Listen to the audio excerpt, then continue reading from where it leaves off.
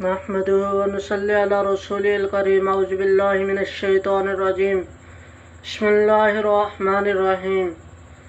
میرے بھائی دوستو، جو بات ہے یہ کرنا لگوں آج نے تبلیغی جماعت والوں کے بارے میں، کیونکہ میرے بھائی تبلیغی جماعت والوں پہ ہر کوئی تنقید کرتا ہے، لیکن جب ان کا لوگوں کا اپنا بیٹا بگڑتا ہے جو تنقید کرتے ہیں پھر سدھارنے کے لیے تبلیغ والوں کے پاس ہی بھیجتا ہوں۔ میرے بھائیو، یہ تبلیغ کا کام انبیاء علیہ السلام سے اللہ پاک نے انبیاء کو تبلیغ کی محنت دی، اور سردار الانبیاء امام الانبیاء حضرت محمد صلی اللہ علیہ وسلم کو بھی اللہ نے یہ تبلیغ کا کام دیا، صحابہ نے بھی تبلیغ کا کام کیا۔ ہاں میرے بھائیو، اور میرے بھائیو کرنے والی ذات تو اللہ کی ہے۔ کیا بتاتے ہیں کہ بھائی مخلوق سے تعلق توڑ کے اللہ سے تعلق لگ جائے، اللہ کے حکم میں کامیابی کا یقین آ جائے، رسول اللہ کے طریقوں میں دنیا آخرت کی کامیابی کا یقین آ جائے، رسول اللہ کے طریقوں چڑھ کے دنیا آخرت کی ناکامی کا یقین آ جائے۔ سادی سی بات ہے کہ بھائی دنیا والے جو ہے نا، دنیا کے جتنے اسباب ہیں، حکومت، فوج، مال، یہ سب اللہ کرنے میں اللہ کے محتاج ہیں، اللہ کرنے میں کسی کے محتاج نہیں ہیں۔ اللہ سب چیزوں کے اسباب کے بغیر کرنے والی ذات ہے، اور ہوتا اللہ سے ہی ہے۔ میرا بھائیو، کرنے والی، بنانے والی، بگاڑنے والی ذات اللہ کی ہے۔ اب کوئی آپ کو نفع پہنچانا چاہے، اللہ جب تک نہیں چاہیں گے نفع نہیں پہنچا سکے گا۔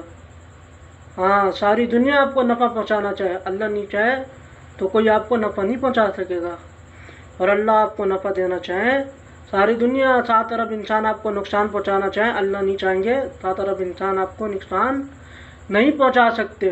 اور ایک ہی بات ہے جو نبیوں کی بات ہوتی تھی، لا الہ الا اللہ پڑھ لو کامیاب ہو جاؤ گے۔ اور حضرت محمد مصطفیٰ صلی اللہ علیہ وسلم جنہوں نے چاند کو انگلی دکھائی تو چاند کے 2 ٹکڑے ہو گئے، انہوں نے بھی یہی بات کی، لا الہ الا اللہ محمد رسول اللہ۔ اور جنہوں نے لا الہ الا اللہ محمد رسول اللہ کو پڑھا، اللہ نے انہیں ناکامی میں کامیاب کیا میرا دوستو۔ اور تبلیغ والے بھی وہی جو محنت لے کے پھر رہے ہیں کہ لا الہ الا اللہ، اپنے دل کے یقین کو ٹھیک کر لو، دل میں سے غیر نکال دو کہ فوج سے ہوتا ہے، حکومت سے ہوتا ہے۔ نہیں بھائی، حکومت والے بھی آئے، حکومت والے بھی آئے، طاقتور بھی آئے، فوج والے بھی آئے، قرآن واقعات سے بھرا پڑا ہے، یہ کس سے کہانیاں نہیں ہے بھائی، اللہ فرما رہے خود۔ تو تبلیغ والے کی محنت ایسی ہے کہ پوری دنیا میں اللہ کا پیغام سنایا ہے، پوری دنیا کے اندر لا الہ الا اللہ محمد رسول اللہ کو پہنچایا ہے۔ ایک دلوں کا یقین اللہ کی ذات پہ آ جائے، اور دوسرا دنیا کی زندگی کے طریقے جو ہیں وہ محمد رسول اللہ صلی اللہ علیہ وسلم کے طریقوں پہ ہم زندگی گزاریں۔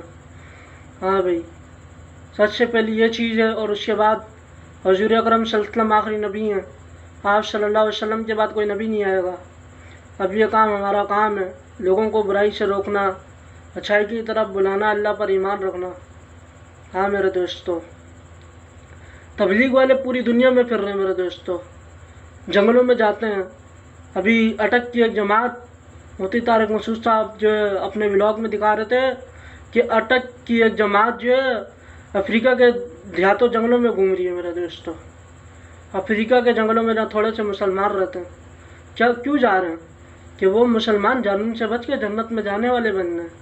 یہی انبیاء کے دل کے اندر فکر تھی، طلب تھی، درد تھا کہ یہ انسان جہنم سے بچ جائیں، جنت میں چلے جائیں، اور یہی آپ علیہ السلام کی فکر تھی، امت کا درد تھا۔ امت کے لیے راتوں کو اٹھ کے روتے تھے آپ صلی اللہ علیہ وسلم، دن کو امت کے پیچھے پھرتے تھے، رات کو جو ہے ہمارے دن کو اللہ کے لوگوں کے پیچھے پھرتے تھے، اور رات کو اللہ کے آگے روتے تھے میرے عزیزو۔ اور صحابہ نے دین کی وجہ سے کتنی تکلیفیں برداشت کی ہیں۔